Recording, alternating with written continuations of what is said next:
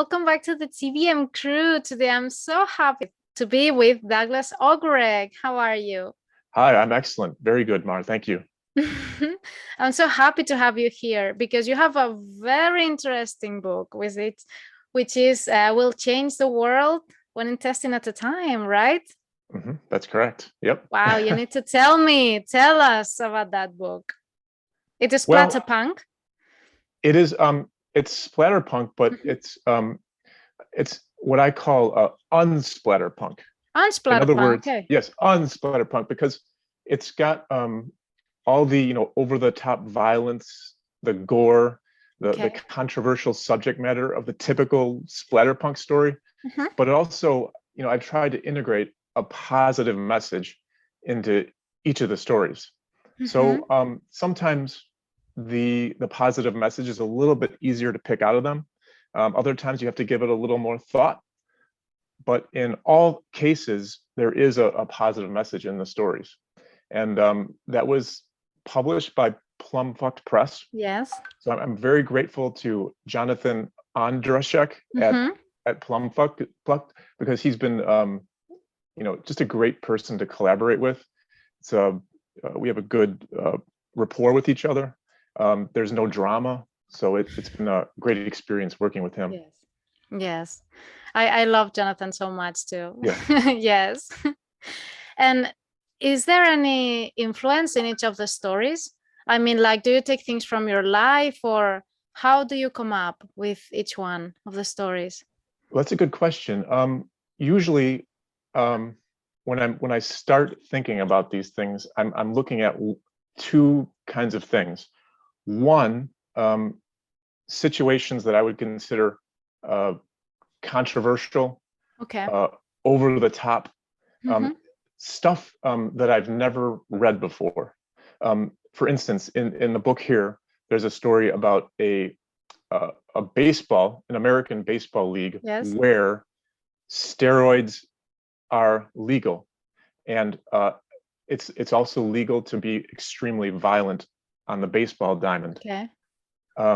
So that's one thing that I'm looking for. The other thing that I'm looking for is just kind of problems that I see happening in the world, and that, interestingly, that often has to do with environmental issues or animal rights issues. So it could be something as simple as me, walking down the street and seeing a forest that's being taken down so that a large house can be there, and that kind of saddens me. So I think about how can I combine this awful scenario that I've just come up with in my head? How can I combine that with the problem that I've witnessed and put it into a story? So that's sort of how this whole thing works. Yeah. It makes me think of video games. It would be a good video game idea. It would, yeah. In some cases it would be, yeah. Yeah, because the things that we find daily sometimes are the things that we can feel related. Yes, absolutely. And it could be something like, the other day I saw a huge turtle crossing this busy street. Oh, really? And yeah, and I know that if it weren't for overpopulation, this turtle, wouldn't be having this issue. Yeah. So one of the things I've been thinking about lately is that I think people, they take up too much square footage with their homes. So, maybe it's okay if your home's not so big. Yeah. So those are the types of themes I try to incorporate in my stories. Yes. Here, I think we don't have as many or as much wild animal life inside of, because I live in the vineyards and in the mountains. I mean, I'm as near as you can be to the forest, and a couple days ago I was driving, and there was because you have very cool animals in there. Here, well, the most dangerous thing you can find is a wild boar. Oh wow, that's impressive. But they are. Yes, I'm sitting down now, and they are like this. Its back would be here, like they are big animals.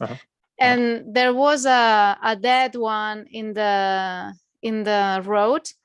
Yeah. But it was so sad because he was in the grass already, like laying down, you know, like someone hit him or hit her. Yes. And just like it seemed like he had walked to the side, to the grass, and laid down there. It seemed that he was sleeping, you know, but he was huge. But it was obvious that he was dead because otherwise it wouldn't be there. So Sad, I saw it from afar because there are very wide roads here with the vineyards, and I thought, what's that, you know? And there was plenty of cars going in front of me, and none of them stopped. None of them. Like there's a huge dead animal in there, and no one stopped. And even I stopped the car with the warnings, you know, there to see if it was dead or not, or who to call. And still the guy behind me, he how you call it, with the horn, you know, like upset because I was stopping. It's a dead animal in there, you know. You know why I'm stopping. And it's sometimes I think I can't understand how not many more people go crazy about these things. I think a lot of them, I mean, they care, but we're just all so busy that you know, it's like, oh, there's dead animal, but got to get to work, got to move on. So yeah, exactly. So I mean, maybe it was a mom, and there's a lot of how you call it, the piglets, the little pigs there in the vineyards, like going that they don't know what to do, right? Yeah, you're right. So it's pretty sad, and sometimes the things that you feel closer are the most scary. That's right. In your stories, do you thinking about the human mind, and do you work in your writing with psychopaths? I'll take those one at a time. Working with the human mind, of course. I find that in my stories, there's not as much character reflection going on. Okay. Because for me, it's more about the action and keeping the story moving. But it does give the reader something to think about.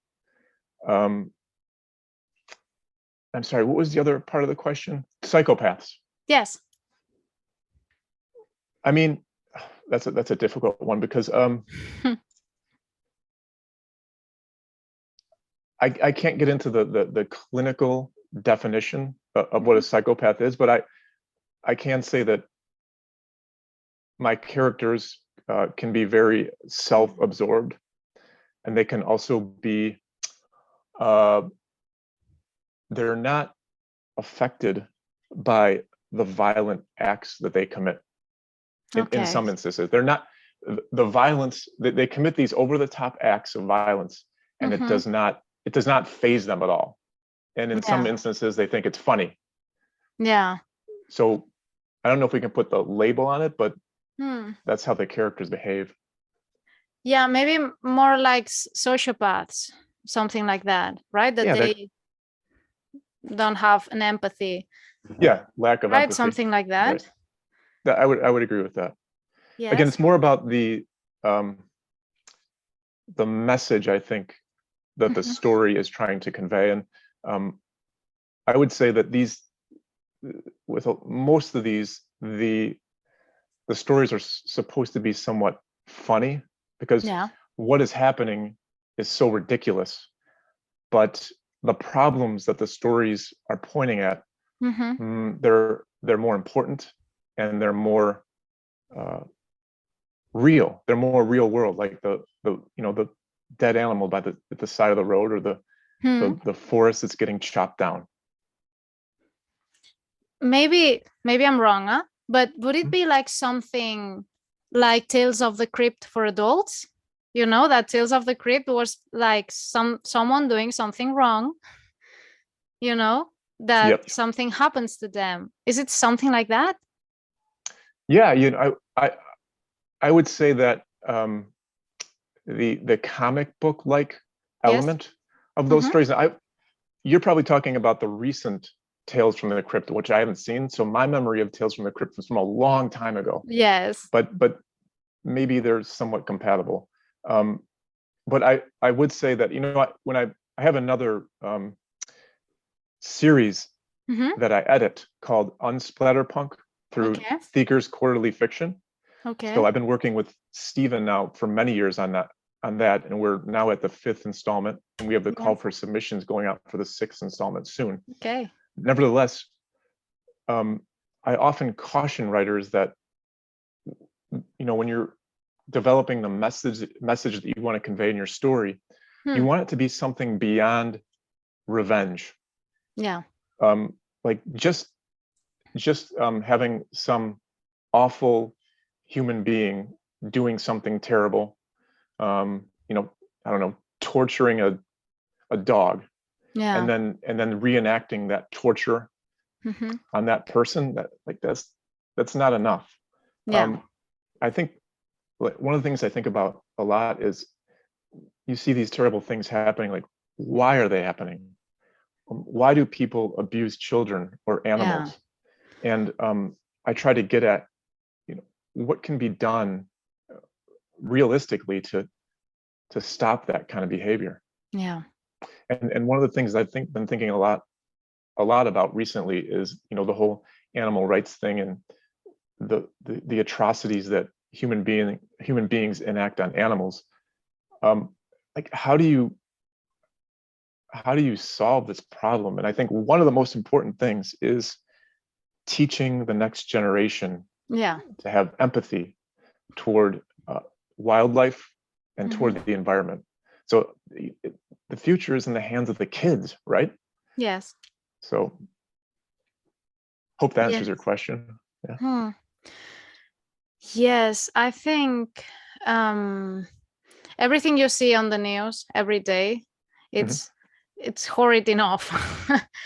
I mean, yes, I think we have become that it doesn't disturb you to see something terrible in the news. I remember that I was watching, like, time ago, when there was all the Syrians fleeing from war, that they were trying to look for refuge here in Europe. They were in the front lines.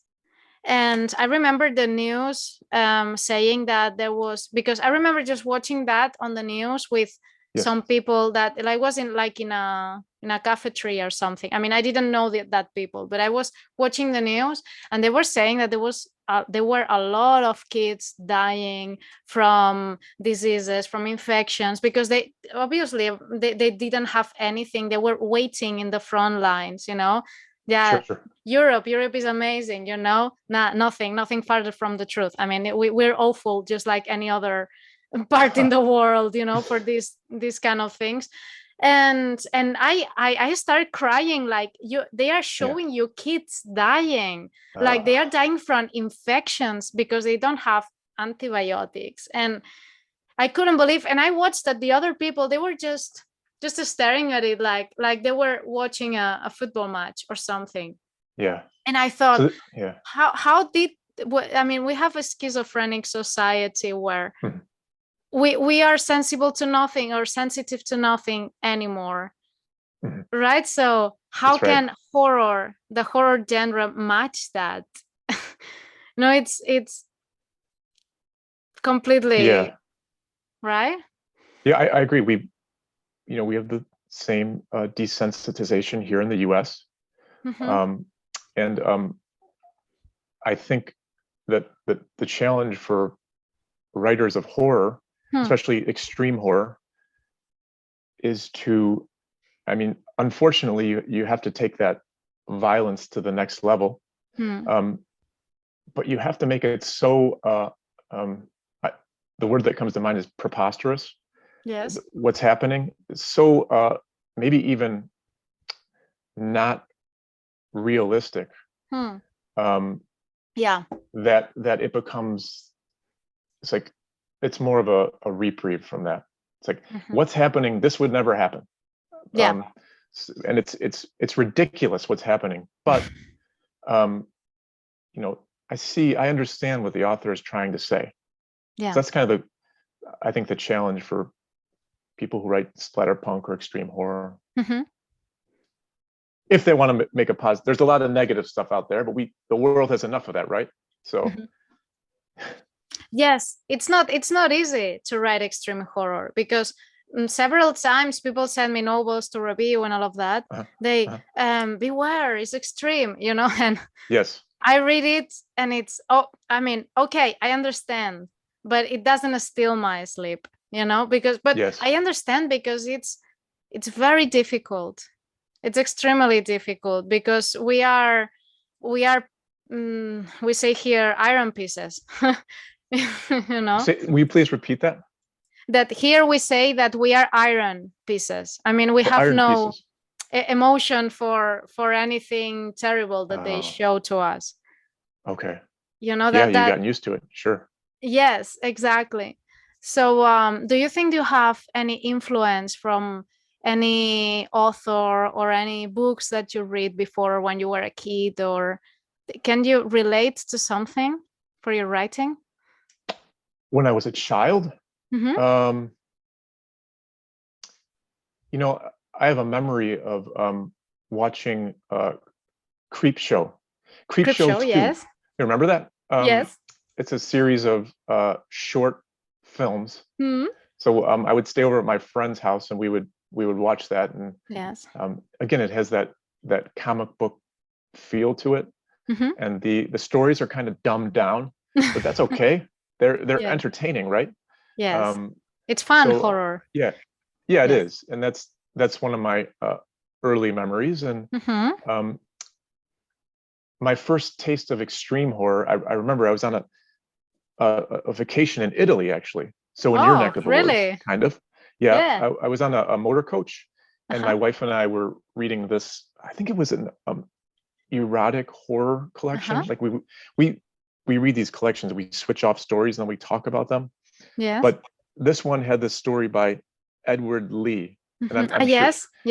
He's like the founding father of splatterpunk, and I was just, it's called Mr. Torso, and I was just blown away by it. I didn't know that you could write things like this, so that made a huge impact on me. And then I got his collection of Brain Cheese Buffet, which has a couple of these stories, like the one's called The Dridophilist, and it's about a guy who gets turned on by eating other people's spit, basically. So nice. Yeah, not for me, but I'd never read anything like that, and so that sort of thing, this desire to write stuff that hasn't been written before. Yeah. So I'm not saying you can't write about vampires or werewolves. Just make it interesting. Make it something that readers haven't seen before. Yes. So, yeah. Yes, it's difficult, because I think every generation has a different horror bar set. Yes. Because, for example, when I was a kid, when I was 13, a teacher played in, the English teacher actually, played in class The Ring. And and I was only 13, so I didn't sleep until I was 20. Was it the American version? Yes. Okay. Yes. So that scared you. It scared me too. Yeah. I mean, I was terrified. And maybe now when they ask me which is the most terrifying, because very often they ask me this question, what's the most terrifying movie? And I say The Ring, but it's because of that. In my mind, in that moment when I was 13, that was terrifying. I saw this crawling thing anywhere, in every corner. For years. Yeah, of course. You know? And the well, absolutely. Yeah, and maybe if, I don't know, my kid, if she watches that when she's 13, maybe she will say, meh, okay, that's not true. You know, I mean, maybe it's every generation has more tolerance to horror things. Maybe because of the news, because of the things they learn. Like when I was she's gonna be 9 now. When I was her age, I was playing with mud. Yeah. You know? And she's playing Minecraft now. Oh, yeah. Yeah. Yeah. So I It's think funny. yes, that's a thing to consider when you think of the evolution of the genres, Yeah. and even more in horror. It I is. think. So are you gonna play that movie at your daughter's 13th birthday party? No, I won't. I want to sleep too. If she doesn't sleep, I don't Sure. sleep either. So I won't run the risk. It's interesting that you bring up that one, because I happen to believe that the scariest movies in the last couple decades are ones like that. You know, that Paranormal Activity, the Blair Witch Project, Yes. Open Water, and these Mhm. are all low budget films where Yes. they withhold the bad guy. Yes. And I think that's very interesting. They're the scariest films, and they're not really showing anything. No. Conversely, Splatterpunk, yeah, I think that those Splatterpunk is not that frightening, and they show everything, right? Very Yes. visceral. So, you know, two different types of horror on the spectrum. Hmm. Mhm. Yes. I think it all comes down to the way you express to the writer, because I have read some splatterpunk or some gore stuff that really it didn't, that I understand that's gore and blood and all of that, but Sure. there's not a story behind that Yes. steals my sleep, so to speak. No, but Yeah. there's some things, some kind of things that really get stuck in my mind. No, I read once a story about 3 people that get stuck in an island, and they only have lemon trees.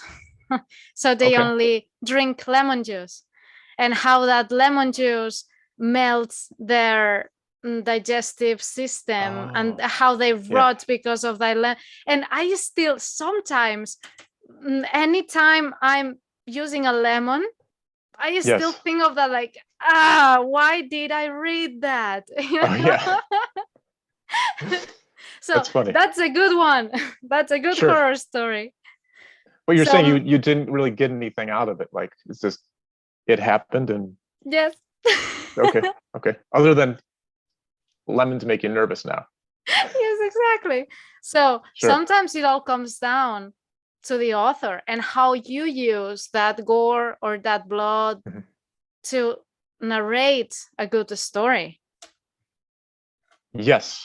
I think sometimes it's just the way you put it, the way the story behind, as you said, that there's always like a moral. Do you say this in English? A moral Yes. behind the A moral. story? Yeah. I would Yes. say so. Yeah.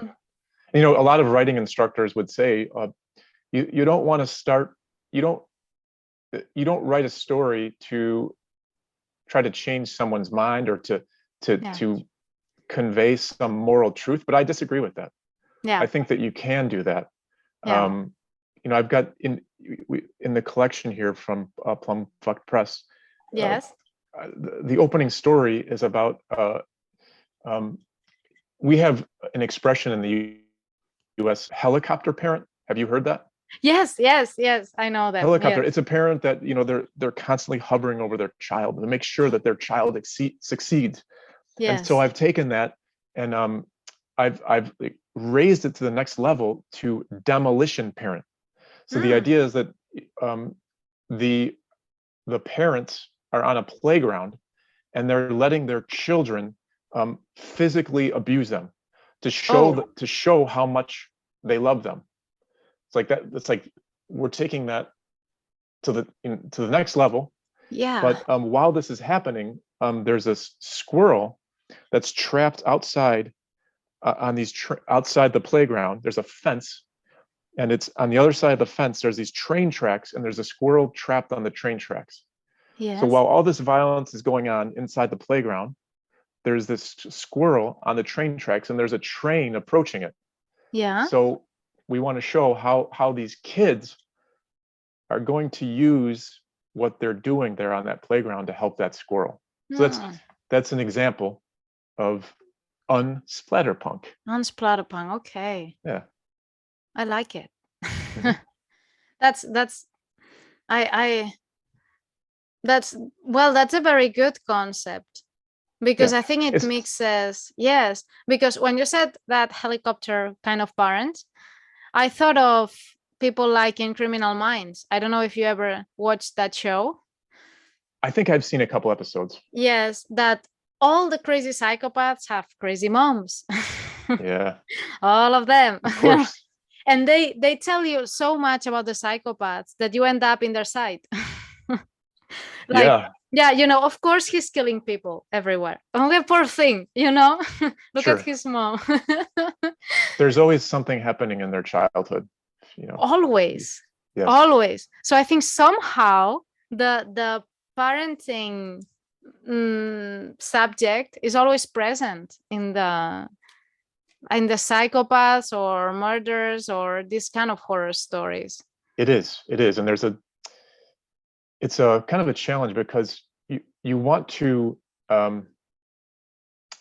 say something about that person's childhood, but you don't want to get too mired in the details. Yeah. So you often the solution is go back to a single thing that happened in that person's childhood, and tell that story quickly, so that you can move on with your main story. So readers don't get in love with your psychopath. Yeah. And they get upset to you when you kill him. Well, yeah, that could be. It happened to me once. I was so upset when they killed the psychopath I liked so much, and I still, he's an author that is a friend of mine, that still he remembers me. And I told him, why do you have to kill him? He was such a great character, Sure. So I often say, be careful when you tell too much. Yeah, well, so, sometimes writing a villain that the reader can root for is a good thing, right? Yes. Yeah. Yes. At the end, it's making you focus on the book and creating interest in the book. So, and who do you think is your perfect horror reader? This is probably someone who, it's obviously someone who enjoys splatterpunk stories, but is also willing to, after they finish the story, just kind of sit down and think about it. And if a reader is willing to, this is probably unlikely, but if a reader is willing to go back and read a story twice, to see what other themes emerge that they may have missed the first time, that I think that would be a good thing. So it's someone who likes the violence and the gore, but someone who's also patient enough to accept that there's something beyond that. So someone that likes the gore, but not just for the sake of. Yes. And also someone who cares about the environment and animals and the future of humanity, I'd say. I think there's, in the horror community, there's a lot of people like that. Well, maybe not for the future of humanity, but for animals. Sure. I wonder why. Because they're much better than us. Well, yeah, they're innocent, Yes, exactly. We know we're killing them, and they don't know we're killing them. So it's terrible. But many times you watch a movie and you don't care at all about everyone dying in there, but they kill a dog or a horse or something. No, they killed a dog. Yeah, you're right. And there's a lot of people dying in that movie, but you just freak out. How they dare killing a dog? Sure. It's terrible. And I think in the horror community, there's a lot of people like that. Yes, I would agree. Yeah, right. It seems like, yeah. Yes. And where can readers find you? They want to know more about you.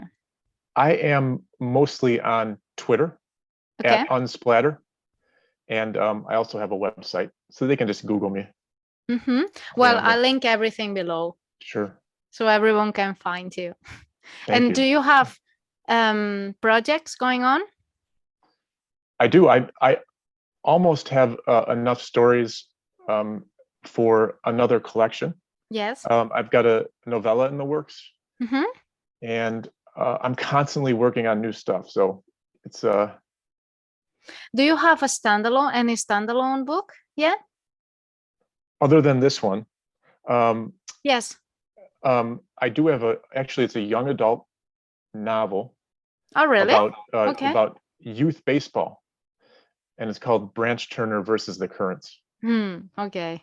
Plus, I mentioned the Unsplatterpunk Yes. anthologies with Thieker's Quarterly Fiction. There's 5 of those now, and you can download those for free. Okay. So check it out. Yeah. Awesome. I will add them. I have a section on the website for free stories and sure. Yeah, so I will. Thank you. Yeah. Yeah, of course I will move them. All right. So just to wrap up. Yes. What would be your advice for new writers? Something you have learned with experience. Yes. I was just talking to my wife about this the other day. I would encourage them to think about, when they're writing, to think about a guy standing next to them and holding a violin. And so what you want is to avoid him playing. In other words, you don't want your writing to be all they call it purple prose. You don't want it to be all dramatic. Okay. So I just say, stop, don't impress me with language, impress me with the story. I would also say that I read this one from a writer named L. Rust Hills. You should be developing a partnership with the reader, not a competition. So if you look at like a mystery, for instance, it's like the reader and the writer, they're in a competition. It shouldn't be like that. I think it should be a partnership. So, you're not, I don't want the writer shouldn't try to trick the reader, but should just, carry them along with the story. And I would say that, especially for Unsplatterpunk, try to make your stories as over the top as possible, but stand up for what you believe in, and try to make a difference. Try to teach people a lesson, I would say. Yes, that's interesting, because sometimes I some that they send me to beta read something, and I've read something that I loved, like, wow, I love this, and commented with someone else that was reading it, and they were telling me, but the language is so plain, like the opposite that you were saying, like that it wasn't very intricate kind of language. And I said, yeah, but it's awesome. It doesn't matter that it doesn't seem from the past century. It's amazing. I agree. So there's always that person that says, yeah, it's good, but no, don't better read. Don't do it. I mean, go look for another kind of hobby, because when it's a good story, it's a good story. And I think that person will go to the author saying, yeah, but your writing is so simple. Yes. Like, simple is hard, right? Simple is really hard. There's a famous quote from the American writer Mark Twain. Yes. And it's something like this. I apologize for the length of this letter. If I had more time, I would have made it shorter. Yeah. Get it? Because writing terse, economic prose requires time. Yes. And it's difficult. Now, $1 million words, I think you should always substitute a simpler word for some ostentatious word. Yes. That's not good. Yes. Yeah. It's so lovely to talk to you, but we're running out of time. Likewise. Thank you so much for your time. Thank you for your time. Yeah, it was fun. And keep me updated on your projects. Sure. Okay. Let's have a new chat when you have. I would love it. Yes, absolutely. Of course. And thank you so much for everything. Yep. And I wish you all the luck in the world. Likewise. And I hope you don't find any more dead animals on the side of the road. Yeah, me too. Good. Yeah. The other day I turned to avoid a snake, But Oh, yeah. because it was in my way, and it was as big as snake, and I. Oh gosh. Yes, I thought, no, not Fortunately, one we more don't dead have those animal. here. Wow. Okay, then Okay. have a lovely day, and thank you so much. You too. Thanks, Ma. Okay. All right. Bye-bye.